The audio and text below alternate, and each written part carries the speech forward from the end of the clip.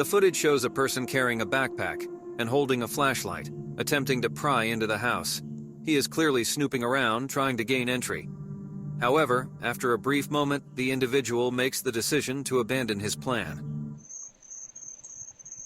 Yeah, hey, I'm gonna call the police. What you want? Hey, I see your face. Yo, I see you.